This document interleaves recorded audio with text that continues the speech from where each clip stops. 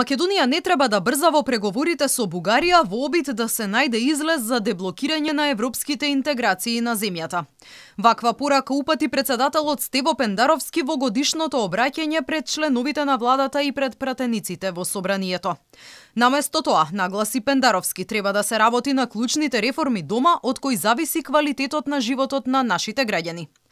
Од почетокот на бугарската блокада до денес се залагам за внимателен и обмислен пристап во преговорите без нагли пресврти, затоа што се работи за прашање од апсолутно највисок национален интерес. А кога сте соочени со предизвик од таков калибар, брзањето не ви е секогаш најдобриот сојузник, рече Пендаровски.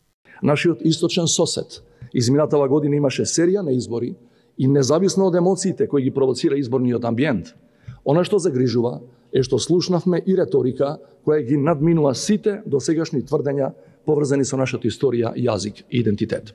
Една од тие тези е дека спроведуваме системска дебулгаризација, што е сериозно обвинување кое се разбира нема ништо заедничко со реалноста. Невозможно е амбасадорите на 30 држави кои имаат своји амбасади во Скопје, од кои 16 се земји членки на Европската Унија и кои на дневна основа ги следат состојбите кај нас, да не известат во своите главни градови за еден таков процес, кој ако постои, би бил рамен на геноцид. Председателот Стево Пендаровски смирува оти нема опасност од безбедносна дестабилизација на земјата ако продолжи блокадата на македонските евроинтеграции.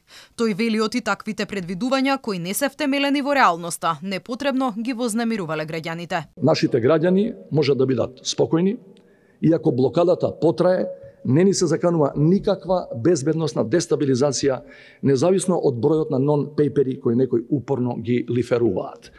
Меѓутоа, можно е нешто друго.